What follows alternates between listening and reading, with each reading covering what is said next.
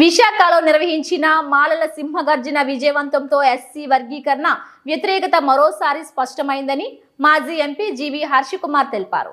విశాఖలోని విజయ press club లో విలేకరుల సమావేశంలో ఆయన మాట్లాడారు. ఎస్సీ వర్గీకరణ వద్దనే భావనలో ఉత్తరాంధ్ర జిల్లాల ఎస్సీలు ఉన్నాయన్నారు. ఈ నెల 15న గుంటూరులో ఎస్సీ వర్గీకరణ వ్యతిరేక సదస్సు నిర్వహించనున్నట్లు వెల్లడించారు. కూటమి ప్రభుత్వం అధికారంలోకి వచ్చేందుకు ఎన్నో హామీలు ఇచ్చిందని, ఇచ్చిన హామీలు ఒక్కటి ఇప్పటికీ అమలు చేయకపోవడం దారుణమన్నారు. ఇదిలా ఉండగా ఇటీవల జాయ్ జమీనా హనీ ట్రాప్ కేసులో సిపిని కొన్ని ప్రశ్నలు అడిగామని, దీనికి ఆయన నుంచి ఎటువంటి సమాధానం రాలేదన్నారు. ఒత్తిళ్లకు లోబడి కావాలని వన్ సైడ్ గా జాయ్ జమీనాపై కేసు పెట్టారని హర్షకుమార్ ఆరోపించారు. కాబట్టి దీన్ని సుప్రీంకోర్టు విత్డ్రా చేసుకుని కొత్త తీర్పు ఇవ్వాలి, లేదంటే పార్లమెంట్లో డిస్కషన్ చేసి సుప్రీంకోర్టు తీర్పును రద్దు చేసి నిజంగా పార్లమెంటుకి వర్గీకరణ చేయాలనుకుంటే 341 ఆర్టికల్ని సవరించి రాజ్యాంగ సవరణ చేసి 3/4 మెజార్టీతో సాధించి మాత్రమే వర్గీకరణ చేయాలి. అంతవరకు కూడా ఈ వర్గీకరణ చెల్లదు. రాష్ట్ర ప్రభుత్వం చేయడానికి ఎట్టి పరిస్థితుల్లో ఆస్కారం లేదు.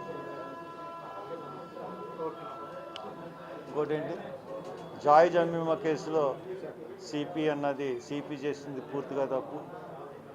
ఒక కంప్లైంట్కి వచ్చిన ఇద్దరు పెళ్లి చేసుకోబోతున్న వ్యక్తుల్ని, ఒక అబ్బాయిని 3 గంటలు అతను రూమ్లో పెట్టి బ్రెయిన్ వాష్ చేసి అక్కడి నుంచే బయటకు పంపించి, బెదిరించి బయటకు పంపించి అమెరికా పంపించేశాడు.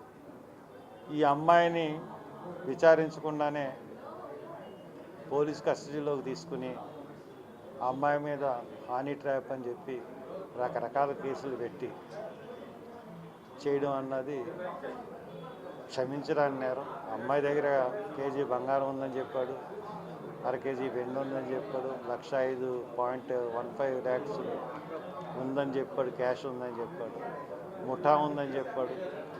ఏమీ కూడా లేవు. ఒక విచారణ చేయకుండా ఇన్ని అబండాలు వేసిన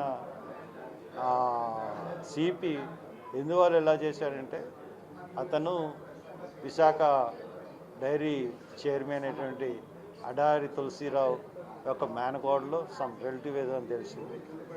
అంటే రాజకీయ ప్రలోభాలకు లొంగి డబ్బులు తీసుకుని సిపి చేశాడు. కాబట్టి సిపినే ప్రాసిక్యూట్ చేయాలి. ఇమీడియట్గా స్టేట్ గవర్నమెంటు ఈ కేసుని టేకప్ చేసి సిట్ వేసి ఈ అమ్మాయికి న్యాయం చేయాలి. ఒక దళిత అమ్మాయి మీద ఈ రకంగా చేయడం అన్నది చాలా దారుణమైన విషయం. దీని మీద సిపిని ఖచ్చితంగా, సిపి తీరుని ఖండిస్తున్నాను. సిపి ఖచ్చితంగా ఇమీడియట్గా, పైగా అమ్మాయి మీద హనీ కేసు పెట్టి చేసి 3 కేసుల్లో అటెంప్ట్ మర్డర్ పెట్టారు బెయిల్ రాకుండా. ఎంత అన్యాయం అండి. అమ్మాయి దగ్గర కత్తులు ఉన్నాయంటే కత్తులు, ఏమీ విచారం లేదు, ఏమీ లేకుండా ఇష్టానుసారంగా చేశాడు. కాబట్టి సిక్స్ ఈ కేసులో శిక్ష అమ్మాయి కానీ.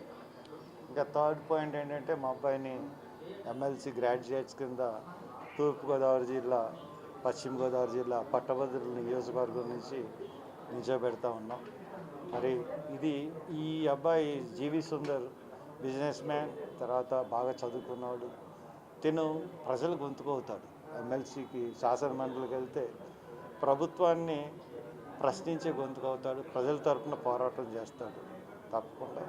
అలాగే శ్రీకాకుళం నుంచి కూడా మా అభ్యర్థి పోతల దుర్గారావు అని టీచర్స్ కాన్స్టిట్యున్సీకి నిల్చోబెడుతున్నాం. ఈ 3 ఉత్తరాంధ్ర జిల్లాల నుంచి ఆయన టీచర్స్ కాన్స్టిట్యున్సీకి పోటీ చేస్తూ ఉన్నాడు. ఆయన కూడా మేము బలపరుస్తున్నాం తప్పకుండా వీళ్ళిద్దరూ. అలాగే గుంటూరులో కూడా మేము టీచర్స్ గ్రాడ్యుయేట్స్ కాన్స్టిట్యున్సీ నుంచి మేము అభ్యర్థిని నోటిఫికేషన్ వచ్చిన తర్వాత నిలబెడతాం. ఈ 3 కాన్స్టిట్యున్సీలు ఒకవేళ వామపక్ష